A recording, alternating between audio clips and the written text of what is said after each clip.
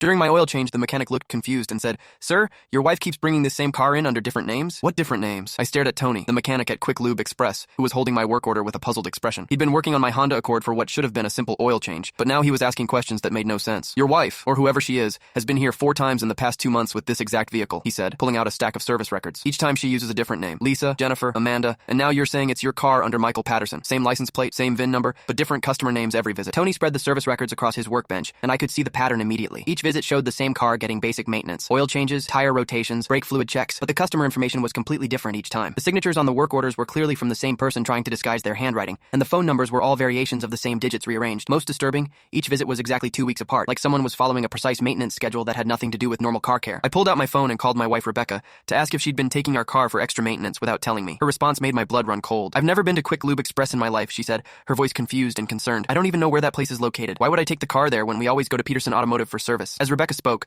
I realized someone else had been using our vehicle regularly, and they'd been careful to cover their tracks by using fake names and maintaining the car to avoid any mechanical issues that might raise suspicions. Tony's next observation made the situation even more sinister. "The woman who brings this car in always pays cash and seems really nervous, like she's in a hurry to leave. Last week, she asked specifically about whether the mileage gets recorded on service records, and when I told her it did, she seemed upset." He showed me the mileage progression across the 4 visits. Our car had been driven an additional 2,000 miles between services that I couldn't account for. Someone was using our vehicle for extended trips while we were at work, then carefully maintaining it to hide the evidence. I immediately called the police, and Officer Williams arrived within 20 minutes to examine the service records and interview Tony about his interactions with the mysterious woman. The investigation revealed that our car had been involved in a sophisticated identity theft operation where someone was using it to transport stolen credit cards and fake IDs between cities. The regular maintenance was designed to prevent any mechanical breakdowns that might lead to traffic stops or unwanted police attention during these illegal transport runs. The breakthrough came when Tony remembered installing a security camera last month that had captured footage of the woman who'd been impersonating my wife. The video showed my neighbor's teenage daughter, Ashley, who had access to our spare key through her mother's friendship with Rebecca. Ashley had been using our car during school hours to run errands for a criminal network,